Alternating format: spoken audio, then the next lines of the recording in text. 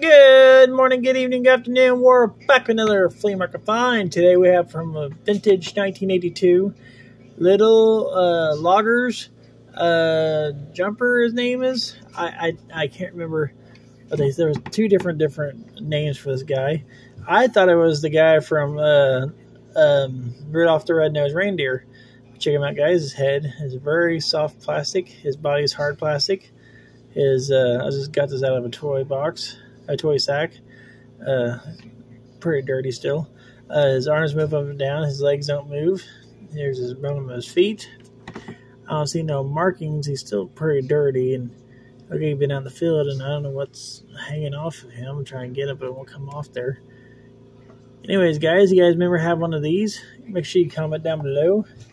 Make sure you hit the like button, that subscribe button, and that bell for more notifications. I'll see you guys in the next video.